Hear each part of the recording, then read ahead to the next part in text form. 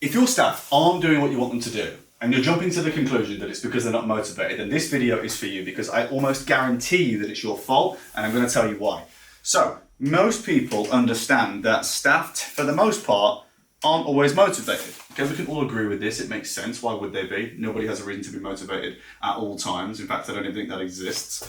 But if you're telling me that they're not motivated, and this is a problem that you're facing in your business, then let's do a little bit of reverse engineering and work out how exactly that could happen. Firstly, we have to understand, did they know what they needed to do? Okay, because if you didn't tell them what to do, how the hell did you expect them to do it? If you didn't, then that's your fault for not communicating it. If they did, and they knew exactly what they needed to do, we can move on and we can have a look at how. Okay, did they know how to do what you wanted them to do? In other words, did they have all the resources that they needed to do it because they've had all the training? If they didn't have the training and you didn't train them properly, then that's your fault and you need to train them better.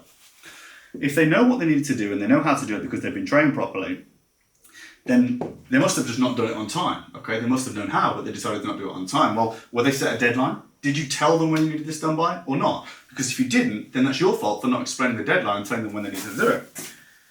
Finally, were they blocked by anything?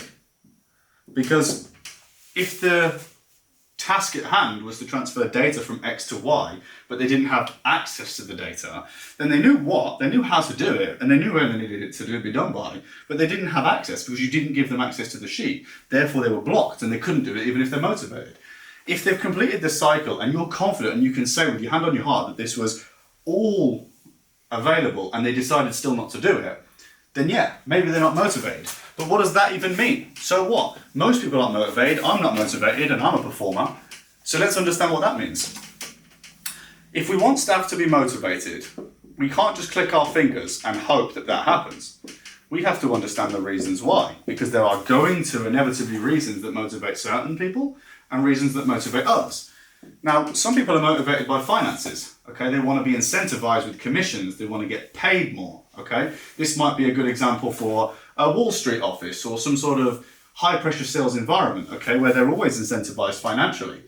Some people will thrive, some people will make way more money, be much more of an asset to the business, their value will increase because they're motivated correctly by something that genuinely stimulates them.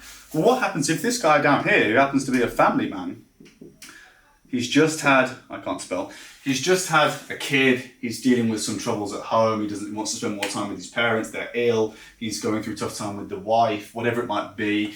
And for him, just being at home more is important right now. Or maybe he's really enjoying his mission to get in the gym and get in shape, and he's just loving the fact of eating healthily at home, training hard. Okay, he's advocating for a work-life balance there. That's what he's motivated by right now. And so if you're trying to incentivize him with cash, when frankly this is what he's most interested in, then we've got to accept that he's probably not going to be that motivated because what you're trying to give him, he doesn't care for. Okay? Others are motivated by praise. What happens if this guy doesn't need £100? What happens if he doesn't need a pay rise? He doesn't care for 3% commission. But he really cares about me being made to feel like he's doing well. Well, actually, understand that picking up the phone and saying, hey, I think you absolutely smashed it this week. I just want you to know from me to you, I'm really proud of you. I think you've killed it. That's going to go a much further way. You're going to get much more continued value out of this person. And you probably save some money. So hey, it's a win. What about if they want to get better at what they do? Okay, this might be in the interest of the business with purpose and they believe in the vision and value and they want to share it with you. Or maybe they're selfish and they want to get better for themselves. Some people do just genuinely have an interest in being amazing at what they do.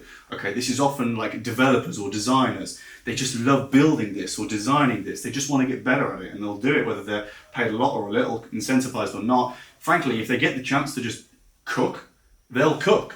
And they'll cook for you in your business. The same thing here. These people often share the vision or value, right? They love what the business does. They agree with it. Their ethics align, or they're really incentivized because they love the people that they work for. The purpose is there, okay? Again, we have to make them feel like they're part of the journey. We have to feel like we brought them in. You know, you could give them a little bit of the pie if you want, if they're worthy, or you can just make them feel like they're part of the team. Add them into the management teams, whatever it might be that you think is deserving. But give them the chance to feel like it's theirs too and they're part of this purpose, okay? If we understand what each of these people want and we can actually give it to them, then they're going to be more motivated than if we just pick any old random thing that we've decided is important when it's not. Now, everybody is motivated by all of these to an extent, so it's really important that you're always thinking about ways that you can creatively spark interest in all of these things. Everybody loves to be challenged, for another one. Everybody loves to make money, everybody loves time at home, everybody loves to be praised, everybody wants to get better at what they do and they want to feel like they're part of the team. But frankly, understanding which of those are more important to which people and then incentivizing those people with their motivated buy, I call these the motivated buys. If you understand that and relate it to who they are and you give it to them when they do well and you deprive them of it when they don't, suddenly you get more out of your team. Take this advice on and I assure you, you'll get more out of your guys, they'll be motivated and tasks will get done.